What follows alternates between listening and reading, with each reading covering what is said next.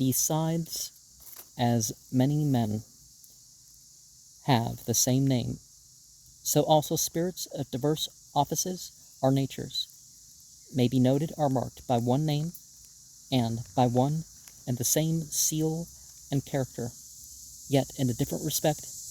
For, as the serpent does sometimes typify Christ and sometimes the devil, so the same names and the same seals may be applied sometimes to the order of a good demon, sometimes of a bad one.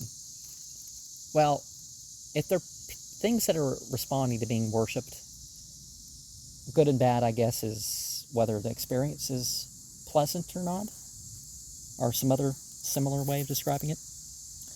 Lastly, the very ardent intention of the invocator, by which our intellect is joined to the separated intelligences, is the cause that we have sometimes one spirit, sometimes another, although called under the same name, made obsequious to us. Well, there's also the idea of, like, species of beings,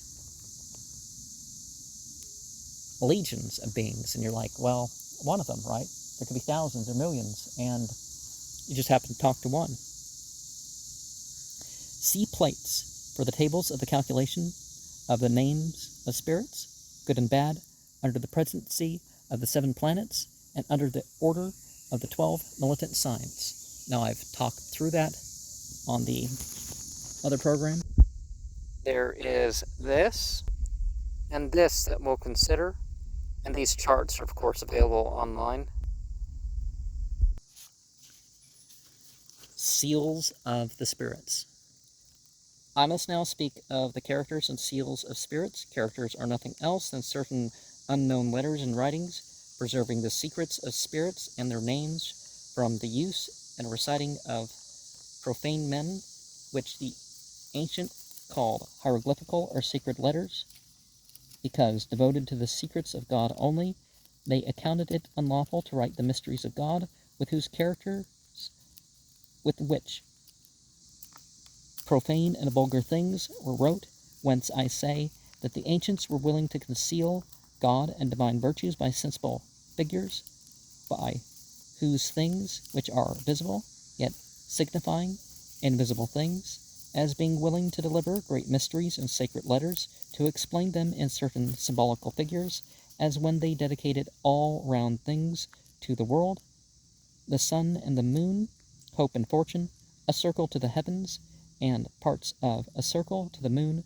pyramids and obelisks to the fire, a cylinder to the sun and earth, and see the plates. For the most part, I just will describe the plates.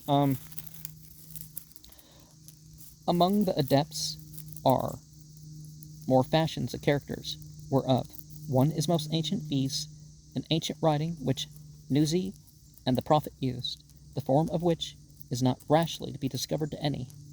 For those letters which they use at this day were instituted by Esdras. There is among them a writing which they call celestial, because they show it placed and figured among the stars. There is also a writing which they call Malakim or Malakan, i.e. of spirits or regal. There's also another which they call the passing through the river, and the characters and figures of all which you may see in the following places. There is another manner among the Hindus, formerly held in great esteem, but now it is so common that it is placed among profane things. These, the 27 characters of the Hindus, may be divided into 3 classes, whereof every one contains 9 letters. The first, these which are the seals and marks of the simple numbers and of intellectual things, distributed into 9 orders of angels. The second hath Yiblath Nus Apats. They didn't put the right end with that. The marks of tens and celestial things in the 9 orbs of the heavens. The third hath the other 4 letters, with the 5 final, these Karsh, Tuf, Sun Puts, which are the marks of hundreds and inferior things, these 4 simple elements and 5 kinds of perfect compounds. They do now and then distribute these 3 classes into 9 chambers. The first is of units, viz., intellectual, celestial, and elemental. The second is of twos, the third of threes, and so of the rest. These chambers are framed by the intersection of 4 parallel lines intersecting themselves into right angles, as is expressed in the following plate figure A, out of which, being dissected into parts, proceed 9 particular figures. See plate figure B, which are the 9 chambers, characterizing their letters by that notaryakon, which, if it be of 1 point, shows the first letter of that chamber, if of 2, the second, if of 3, the first letters, as if you would frame the character Mikal. See, that looks like me-ball. So, you're going to probably find better characters than me showing you these letters every time, right? That comes forth, extended with 5 figures, for which see plate C, which are contracted to the 3 figures, which are then connected into one. Yet, the points notaryakon are usually omitted, and then there comes forth such a character of Mikal, seeing figure D. There is another fashion of characters, common to almost all letters and tongues, and very easy, which is by gathering together of letters, as if the name of the angel Michael be given, the characters thereof shall be framed according to the figure E, and this fashion among the Arabians is most received. Neither is there any writing which is so readily and elegantly joined to itself as the Arabic. You must know that the angelic spirits, seeing that they are of a pure intellect and altogether incorporeal, are not marked with any marks or characters or any other human signs, but we, not otherwise knowing their essence or quality, do from their names or works or otherwise devote and consecrate to them figures and marks by which we cannot any way compel them to us, but by which we rise up to them, as not to be known by any such characters and figures. And first of all, we do set our senses, both inward and outward, upon them. Then, by a certain admiration of our reason, we are induced to a religious veneration of them, and then are wrapped with our whole mind into an ecstatical adoration, and then, with a wonderful belief and undoubted hope and quickening love, calling upon them in spirit and truth by true names and characters, do obtain from them that virtue or power which we desire. There is another kind of character received by revelation only, which can be found out no other way. The virtue of which characters is from the deity revealing, of whom there are some secret works breathing out affinity, and A, B, C, D, E, F, G, H, I, J, K, L, M, N, O, P, Q, R, S, T, V, X, Y, Z.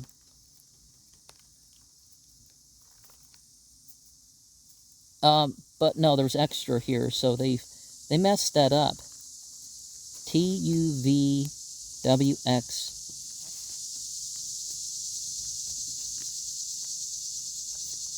Well, X, Y, Z. Okay, so V and W are...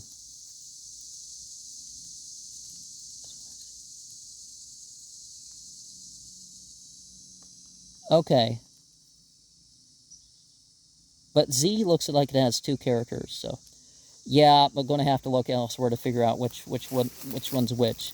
But maybe the other character's like something else.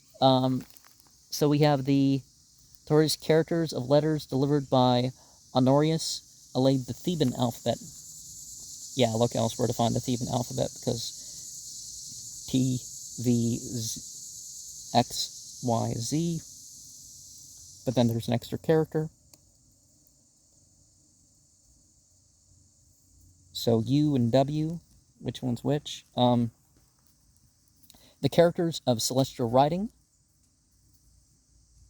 And it looks like we have the whole Aramean alphabet here.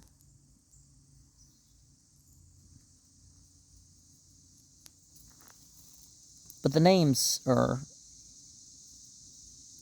Oh, I guess the name's right.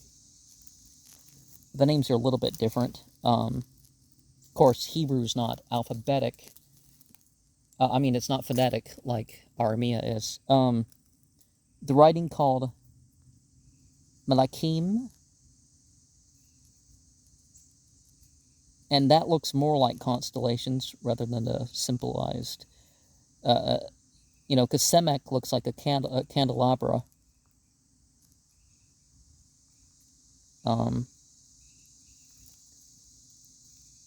But it doesn't look like we have the whole alphabet there. Tau, Sade, Pa, Ain, Semek, Sheen, Tau, Noon, Meme, Demet. Is this just an example of the letters? Because where's the R? And we have the writing called Passing of the River.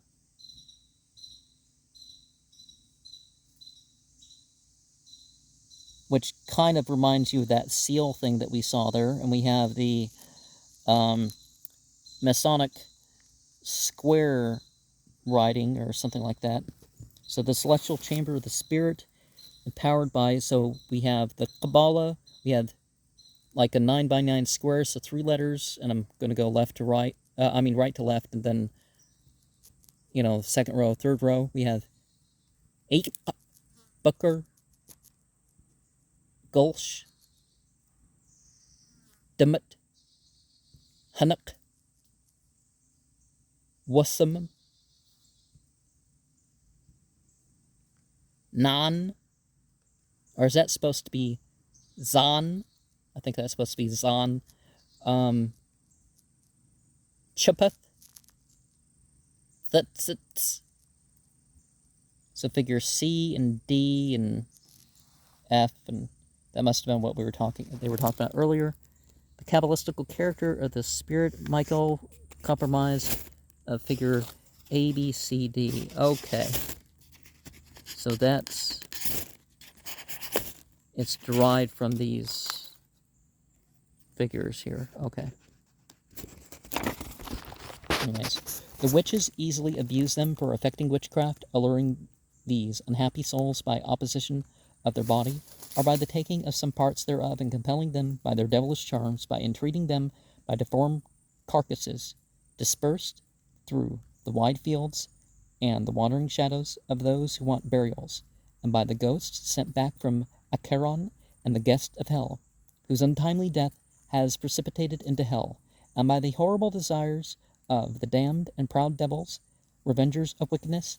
But he who could restore the souls truly to their bodies must know first what is the proper nature of the souls from whence it went forth, and how many and how great degrees of perfection it is replenished, with what intelligence it is strengthened, by what means diffused into the body, by what harmony it shall be compacted with it, what affinity it hath with God and with the intelligences, with the heavens, elements, and all other things, whose image and resemblance it holds, to conclude by what influences the body may be knit together again for the rising of the dead, requires all these things which belong not to men, but to God only, and to whom he will communicate them. Prophetic dreams. I call that a dream which proceeds either from the spirit of the fantasy and intellect united together, or by the illustration of the agent intellect above our souls, or by the true revelation of some divine power in a quiet and purified mind. For by this our souls receive true oracles, and abundantly yields prophecies to us. For in dreams we seem both to ask questions and learn to find them out. Also many doubtful things, many policies, many things unknown, unwished for, and never attempted by our minds, are manifested to us in dreams. Also the representation of things unknown, and unknown places appear to us, and the images of men both alive and dead, and of things to come are foretold, and also things which at any time may have happened are revealed, which we know not by any report. And these dreams need not any art of interpretation, as those of which we have before spoken, which belong to divination, not to foreknowledge, And it comes to pass that they who see dreams for the most part understand them not. For as to see dreams is from the strength of the imagination, so to understand them is from the strength of the understanding.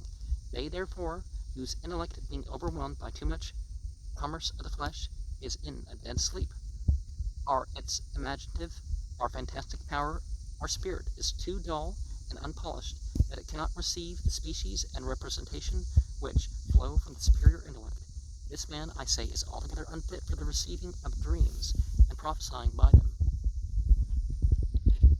Therefore it is necessary that he who would receive true dreams should keep a pure, undisturbed, and undisquieted imaginative spirit, and so compose it that it may be made worthy of the knowledge and government by the mind and understanding, for such a spirit is most fit for prophesying. And just don't go around predicting the future, claiming spiritual things of which one has no knowledge, but, and is a most clear glass of all the images which flow everywhere from all things.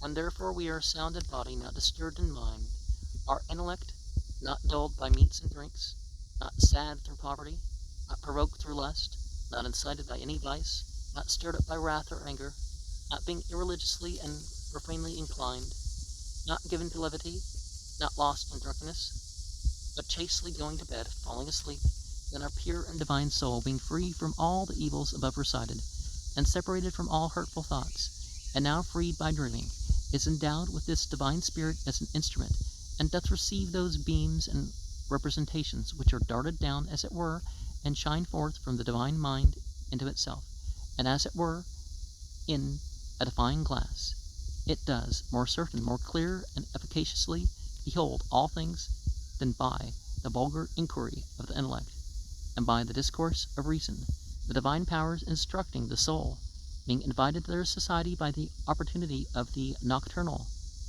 solitariness. Neither will that genius be wanting to him when he is awake, which rules all his actions. Whoever therefore by quiet and religious meditation, and by a diet temperate and moderate according to nature, preserves his spirit pure, shall very much prepare himself, and by this means become, in a degree, divine, and, knowing all things, justly merits the same. Well, you don't become part God, but you know what I mean. You become the sort that you can add that Al or yeah to the end of your name, right? Well, to the end of something that you're manifesting purely. But whosoever, on the contrary, languishes with a fantastic spirit, he receives not perspicuous and distinct visions, but even as the divine sight, by reason of its vision, being weakened and impaired, judges confusedly and indistinctly. So also when we are overcome with wine and drunkenness, then our spirit being oppressed with noxious vapors, as a troubled water is apt to appear in various forms, is deceived and waxes dull. Therefore those who would receive oracles by dreams, and those oracles true and certain, I would advise him to abstain 1 whole day from meat, and 3 days from wine or any strong liquors, and drink nothing but pure water. For to sober and religious minds, the pure spirits are adherent, but fly those who are drowned in drunkenness and surfeiting. Although impure spirits do very often administer notable secrets to those who are apparently besotted with wine or liquors, yet all such communications are to be condemned and avoided. Yeah, they think, well, you can deal with this group of spirits, but not this group of spirits, and it's like, it's, but there are 4 kinds of true dreams. These, the first, atunin, i.e. between sleeping and waking, hypnagogic, right? The second, that which one sees concerning another. The third, that whose interpretation is shown to the same dreamer in the nocturnal vision. And lastly, the fourth, that which is repeated to the same dreamer in the nocturnal vision. The key to ceremonial magic. And let me Now, we see these symbols that, we've seen elsewhere. And you really can't tell a good spirit from a bad spirit by just doing something like, oh, look at that symbol. That must mean it's a good one or a bad one. No, that's just silliness right there. And negative and positive isn't how you determine whether something's good or evil, period, anyways. In this, the perfection and key of all that has been written, I will give to thee the whole and entire practice of ceremony and magic, showing what is to be done every hour of the day, so that as by reading what I have heretofore written, thou shalt contemplate in theory, here thou shalt be made perfect by experiment and practice. For in this key you may behold, as in a mirror, the distinct functions of the spirits, and how they are drawn in the communication in all places, seasons, and times. This then is to be known, that the names of the intelligent presidents of every one of the planets are constituted after this manner. That is to say, by collecting together the letters out of the figures of the world from the rising of the body and planets according to the succession of the signs through the several degrees, and out of the several degrees from the aspect of the planet itself, the calculation being made from the degree of the ascendant. In like manner are constituted the names of the princes of the evil spirits. They are taken under all the planets of the precedence in retrograde order, the projection being made contrary to the succession of the signs from the beginning of the seventh house. Now the name of the supreme and highest intelligence, which many suppose to be the soul of the world, is collected out of the four cardinal points of the figure of the world, after the manner already delivered, and by the opposite and contrary way is known the name of the great demon devil, or evil spirit, upon the four cadent angles. In like manner, you shall understand the names of the great presidential spirits ruling in the air, from the four spirits of the succeeding houses, so as to obtain the names of the good spirits. The calculation is to be made according to the succession of the signs, beginning from the degree of the ascendant, and to obtain the names of the evil spirits by working the contrary way. Now, what if it's the opposite? And, the spirits have directed it that way, right? You must also observe that the names of the evil spirits are extracted as well from the names of the good spirits as of the evil. In some traditions, the evil spirits, or the backwards ones, are I'm going to show. I'm not sure when I'm going to show this on the channel, but I'm going to show a list of 92 entities, and it's not found by backwards as much as just mirroring. So notwithstanding that if we enter the table with the name of a good spirit of the second order, the name of the evil shall be extracted from the order of princes and governors. But if we enter the table with the name of a good spirit of the third order, or with the name of an evil spirit, a governor, after what manner soever they are extracted, whether by this table or from a celestial figure, the names which do proceed from hence shall be the names of evil spirits, ministers of the inferior order. It is further to be noted that as often as we enter this table with the good spirits of the second order, the names extracted of the second order, and if it be them, we extract the name of an evil spirit, he of the superior order of the governors. The same order is if we enter with the name of the evil spirit of the superior. If, therefore, we enter this table with the names of the spirits of the third order, or with the names of the ministering spirits, as well as of the good spirits as of the evil, the names extracted shall be the names of the ministering spirits of the inferior order.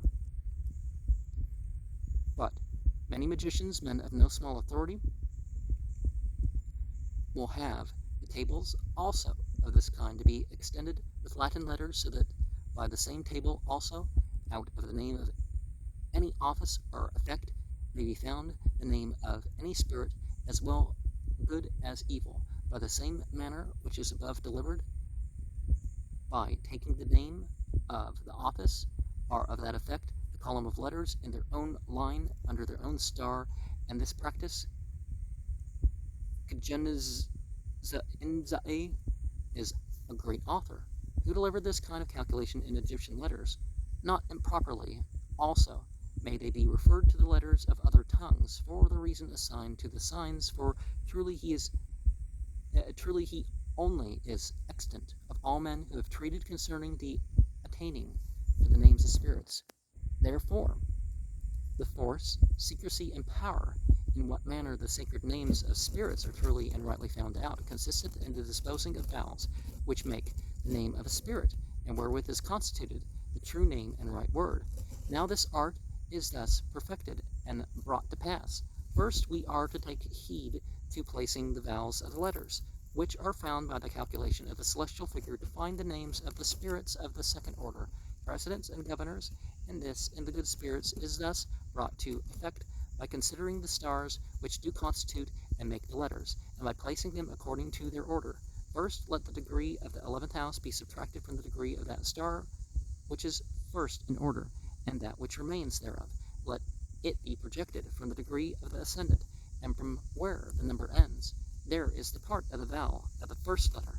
Begin therefore to calculate the vowels of these letters according to their number and order, and the vowel which falls in the place of the star which is the first in order, the same vowel attributed to the first letter, and afterwards thou shalt find the part of the second letter by subtracting the degree of a star, which is the second in order from the first star, and that which remains cast from the ascendant.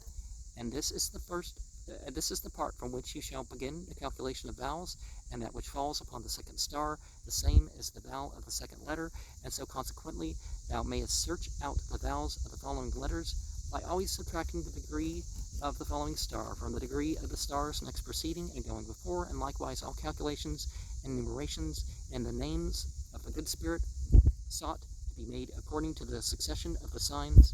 And whereas in calculating the names of the evil spirits, the names of the good spirits are taken from the degree of the 11th house, in these ought to be taken the degree of the 12th house. And all numerations and calculations may be made with the succession of the signs by taking the beginning from the degree of the 10th house. But in all extractions by tables, the vowels are placed after another manner. In the first place is taken a certain number of letters making the name itself, and thus is numbered from the beginning of the column of the first letter, or whereupon the name is extracted, and the letter on which this number falleth is referred to the first letter of the extracted by taking the distance of one from the other according to the order of the alphabet. But the number of the distance is projected from the beginning of that column, and where it ends, there is part of the first vowel. From thence thou shalt calculate the vowels themselves in their own number and order, the same column, and the vowel which shall fall upon the first letter of a name, the same shall be attributed to that name. Now thou shalt find the following vowels by taking the distance from the preceding vowel to the following, and so consequently according to the succession of the alphabet, and the number of that distance is to be numbered from the beginning of his own column, and where he shall cease, there is a part of the vowel sought after. From thence therefore you must calculate the vowels, as I have above said, and those vowels which shall fall upon your own letters are to be attributed to them.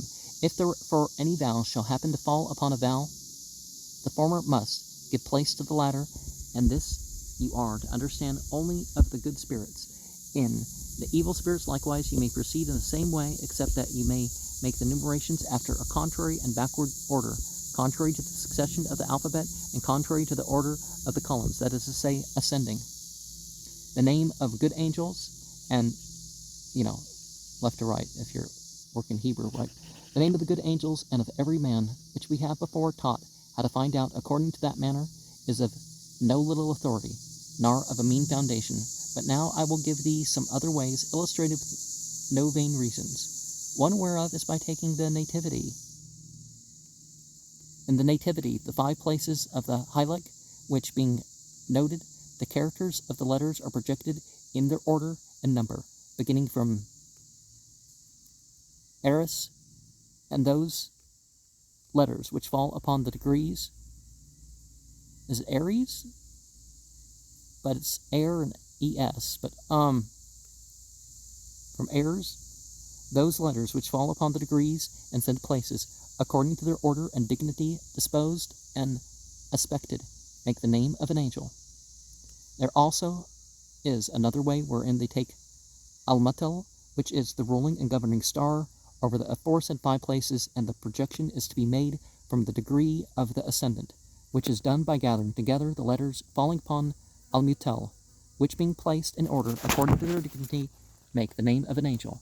There is likewise another way used, and very much had an observation from the Lamas, by making calculations from the degree of the ascendant, and by gathering together the letters according to the Almutel of the 11th house, which house they call a good demon, which being placed according to their dignities, the names of the angels are constituted. Now the names of the evil angels are known after like manner, except only that the projections must be performed contrary to the course and order of the succession of the signs, so that in seeking the names of good spirits we are to calculate from the beginning of Aries, that's got to be Aries, contrawise in attaining the names of evil. We ought to account from the beginning of Libra. Well, Libra now being in the, the November sign. But again, it's not the time of year or some silly thing like that. Whereas, in the good spirits, we number from the degree of the ascendant. Contrariety in the evil, we must calculate from the degree of the 7th house. But according to the adepts, the names of astral spirits are collected according to the Amutel of the 12th house. And people nowadays would think, oh, well, no, it's the September sign, so September is the evil one because that's where we switch over to the darkest time of year, rather than November, but anyways. According to the adepts, the names of the astral spirits are collected according to the Amutel of the 12th house, which you call an evil spirit. Now all those rites, which are elsewhere already by me delivered in this book, may be made by the characters of any language, in all which, as I have said before, there is a mystical and divine number, order, and figure, from whence it comes to pass that the same spirit may be called by diverse names, but others are discovered from the name of the spirit himself, of good or evil, by tables formed to this purpose. Now these celestial characters do consist of lines and heads. The heads are 6 according to the 6 magnitudes of the stars, whereunto the planets likewise are reduced. The first magnitude holds a star, with the sun are a cross, the second with Jupiter, a circular point, the third with Saturn, a semicircle, a triangle, either crooked, round, or acute, the fourth with a Mars, a little stroke penetrating the line, either square, straight, or oblique, the fifth with Venus and Mercury, a little stroke or point, with a tail ascending or descending, the sixth with the moon, a point made black, all of which you may see in the annexed plate. The heads having been posited according to the sight of the stars of the figure of heaven, then the lines are to be drawn out according to the congruency or agreement of their natures, and this you are to understand of the fixed stars. But in the erecting of the planets, the lines are drawn out, the heads being posited according to their course and nature among themselves. See plate number 1. So when a character is to be found of any celestial image ascending in any degree or face of a sign which consists of stars of the same magnitude and nature, then the number of these stars being posited according to their place and order, the lines are drawn after the similitude of the image signified, as copiously as the same can be done. But the characters which are extracted according to the name of a spirit are composed by the table following, by giving to every letter that name which agrees to him out of the table.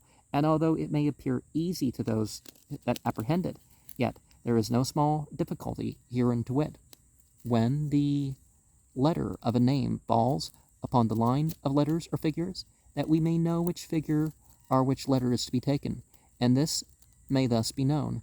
If a letter falls upon the line of letters, consider of what number this letter may be in order of the name as the second or the third. Then how many letters that name contains is 5 or 7, and multiply these numbers, one after the other by themselves, and treble the product, then cast the whole being added together from the beginning of the letters, according to the succession of the alphabet, and the letter upon which that number shall happen to fall ought to be placed for a character of that spirit. But if any letter of a name fall upon the line of figures, it is thus wrought. Take the number how many this number is in the order of the name, and let it be multiplied by the number of which this letter is in the order of the alphabet, and being added together, divide it by 9, and the remainder will show the figure or number to be placed in the character, and this may be put together either in a geometrical or arithmetical figure of number, which notwithstanding ought to be exceed the number of 9, or 9 angels. See the plate number 2. And Aleister Crowley talked about the gematria and whatnot of the English language, that,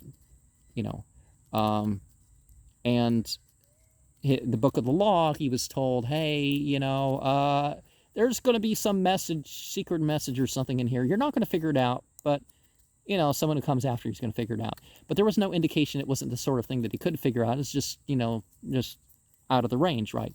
And so many things of the years. I'm not a conservative, but I do look at other people's interpretations and stuff, and sometimes it's like, whoa, how did I miss that one, right? And I'm not just talking about some obscure language thing that, a basic meaning. Well, I've encountered the basic meaning, but this semantic meaning, I didn't have that. So yeah, it's important to consider the conclusions of others. Now, do you have to accept the conclusions of others? Particularly if you're looking at revelation and inspiration connecting you to the sciences, well, it's the conclusions of others is not the same thing as the sciences. Whether the spiritual or the secular sciences, its conclusions are not the same thing. Of course, the theory is supposed to be greater than anything a fact can be, because the theory works the facts. So make your own theory, you could say, but not conspiracy theorist or ancient alien theorist, where everything has to fit the conspiracy or the aliens that come, like humans can do nothing, right? But the characters which are understood by revelation of spirits take their virtue from thence, because they are, as it were, certain hidden seals making the harmony of some divinity. Either they are signs of a covenant entered into, and of a promised or plighted faith or obedience, and whose characters cannot, by any other means, be found out. Besides these characters, there are certain familiar figures and images of evil spirits, under which forms they are wont to appear and yield obedience to those who invoke them.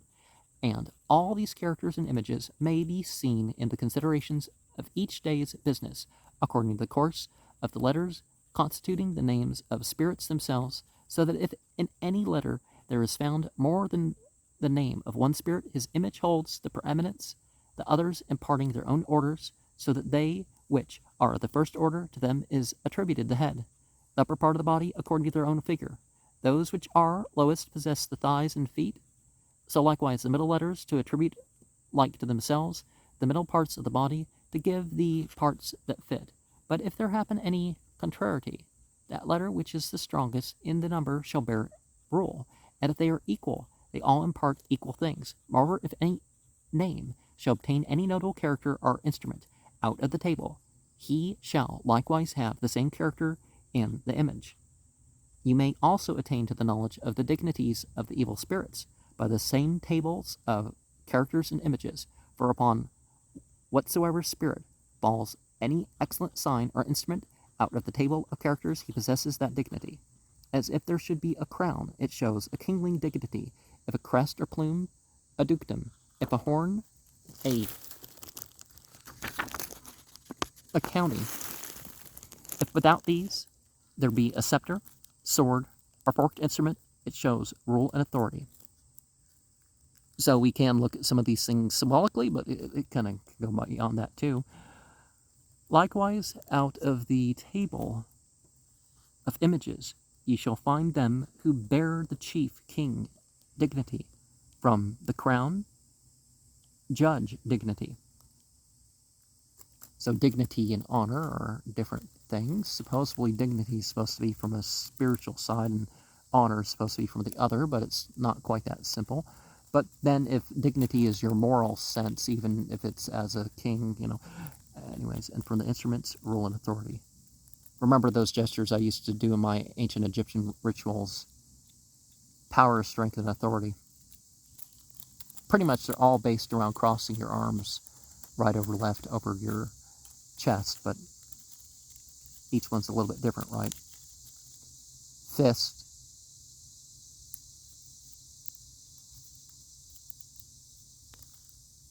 And I don't know quite how to describe that, but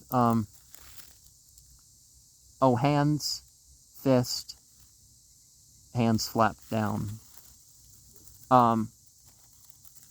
Lastly, they which bear a human shape and figure have a greater dignity than those which appear under the forms and images of beasts.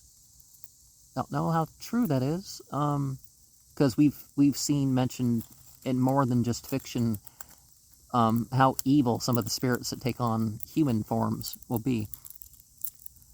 They likewise, who ride, do excel them which appear on foot, and thus, according to all their commixtures, you may judge the dignity and excellency of spirits, one before the other. Moreover, you must understand that the spirits of the inferior order, of what dignity soever, they are always subject to the spirits of the superior order.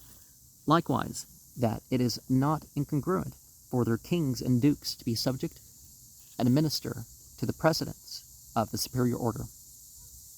Of magic pentacles and their composition, I don't think we have any more of these graphic. Oh, I guess we do. I now proceed to speak of the holy and sacred pentacles and seals.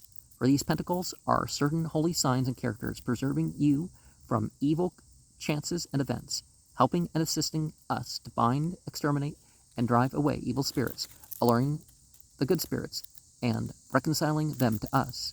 These pentacles consist either of characters of good spirits, of the superior order, or of sacred pictures and holy letters or revelations which apt and proper versicles, which are composed either of geometrical figures and holy names of God, according to the course and manner of many of them they are compounded of all of them, are many of them mixed.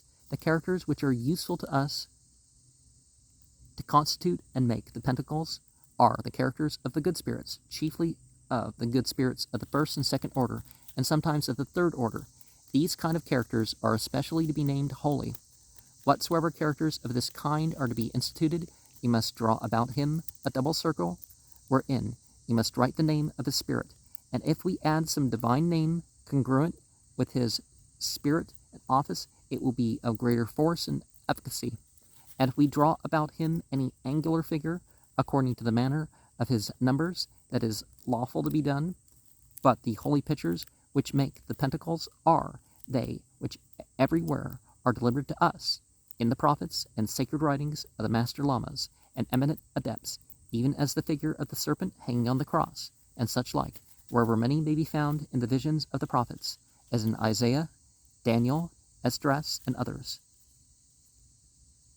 And likewise in the revelations of the Apocalypse. Now, Apocalypse is like an unveiling and that sort of thing. It's not quite. And I have before spoken of them in our first part, where we have made mention of these holy things. Therefore, where any picture is positive of any of these holy images, let the circle be drawn around it on each side, wherein let there be written some divine name that is apt and conform to the effect of that figure, or else they may be written around it some versicle taken out of the part of the body of the holy magic, which may ascertain or depreciate the desired effect.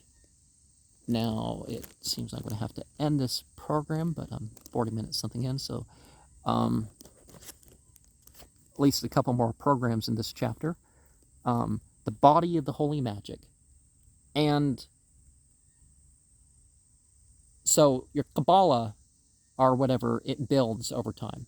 Now, there's all sorts of Hindu names for these things, and the guy really, if you're making this book about India, he's doing too much of the Indian tradition of the Western stuff.